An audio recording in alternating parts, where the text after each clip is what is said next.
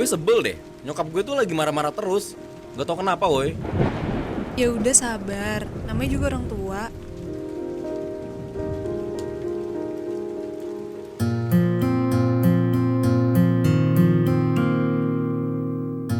Nih ya yang gue bingung, cinta ibu kan katanya unconditional love ya. Tapi kok marah-marah terus sih dia? Kalau menurut gue, ibaratnya gini. Cinta tanpa batas tuh persis kayak laut. Laut tuh serem kan, kayak banyak ombak, ada pasang surutnya juga. Tapi nggak pernah ada yang bisa menjelajahi lautan sepenuhnya. Saking luasnya. Jadi sama kayak cinta seorang ibu. Ya nggak sih? Tapi nyokap gue tuh semua hal dimarahin. Mulai dari A sampai Z dikhawatirin. Perkara lupa balikin piring, jatuhin gelas plastik aja sampai dimarahin loh. Iya. Tapi marah tuh karena khawatir nggak sih? Kita ambil contoh ya, misalnya nih, barang pribadi kita yang kita beli pakai duit sendiri aja tuh kalau hilang khawatir banget kan? Karena barang itu tuh kita rawat baik-baik.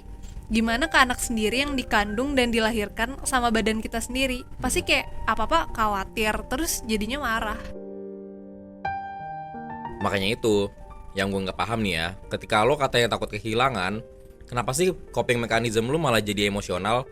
Di saat banyak loh fakta anak-anak yang makin dikekang ya makin gak nyaman dan jadinya membangkang sampai terjerumus ke pergaulan yang salah. Ya baik lagi, karena tekanan orang rumah kan. Kalau udah kayak gitu salah siapa? Sepenuhnya salah si anak. Kata gue sih ada part dimana orang tua terlalu egois dengan emosinya dan cuma mau anaknya di bubble yang bisa mereka kontrol. Iya, sama sih, nyokap gue juga gitu. Tapi kalau gue ngeliatnya gini, mungkin karena gue cewek ya, jadi gue bisa sedikit lebih paham sudut pandangnya dia.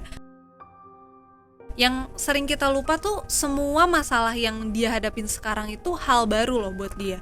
Yang kadang solusinya juga dia dapetin spontan gitu loh, cuma-cuma. Kayak nyokap kita tuh menjalani stage ini tuh ya baru hari ini. Kayak dia juga masih belajar menghadapi apapun. Gak berhenti ketika kita lahir aja. Kayak dia tuh tetap harus belajar banyak hal yang dia gak pernah paham sebelumnya. Tanpa kita sadar, nyokap kita tuh juga masih sosok perempuan kecil yang masih bertanya-tanya tentang hidupnya. Kayak, aduh sekarang gue punya anak, ini gue harus gimana ya, ini itunya segala macem. Iya sih. Gue jadi ingat sama teman gue kan punya temennya cewek. Selain lu ada ya, gue punya teman cewek. Iya. Sekarang udah nikah, udah punya anak. Gue tuh ngeliat dia kayak apa ya, beda deh kayak sekarang. Sesimpel nih, dulu dia orangnya paling nyantai parah.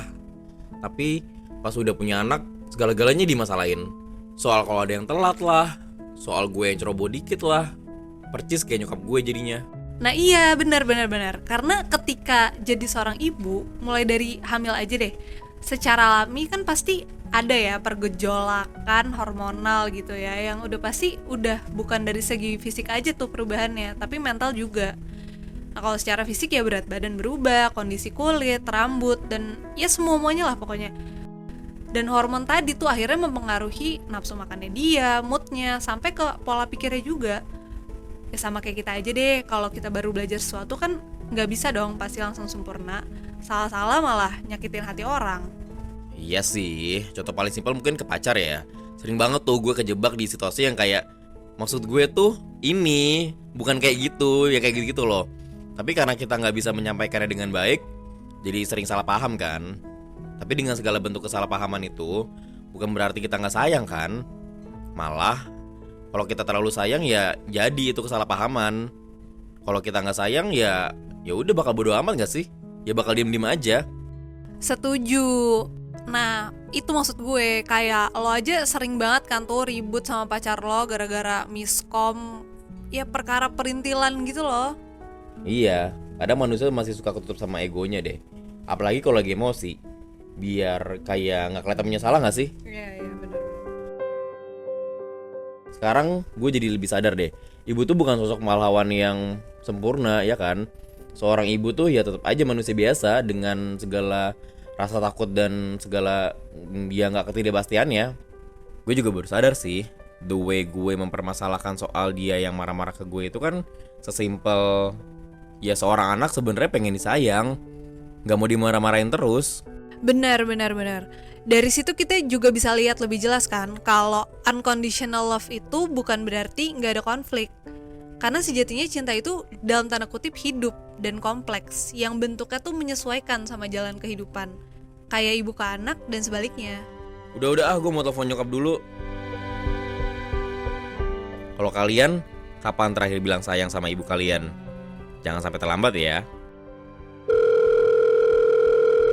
Halo, Ma?